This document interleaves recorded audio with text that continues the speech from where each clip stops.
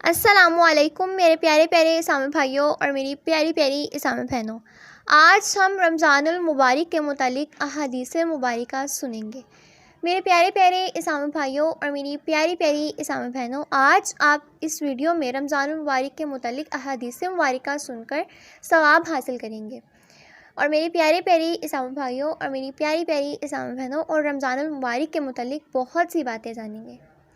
اس لیے اس ویڈیو کو مکمل دیکھیں اور احادیث مبارکہ سننے کی سعادت حاصل کریں۔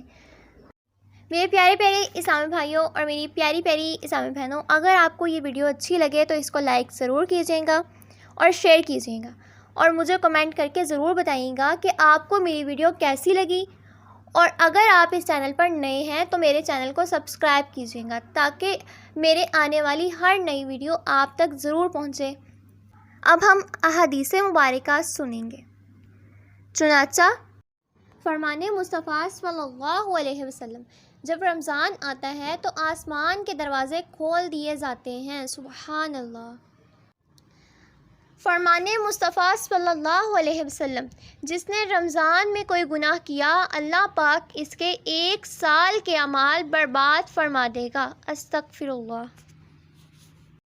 فرمان مصطفیٰ صلی اللہ علیہ وسلم، روزہ ڈھال ہے، اور جب کسی کے روزے کا دن ہو تو نہ بےہودہ بکے اور نہ ہی چیکھے۔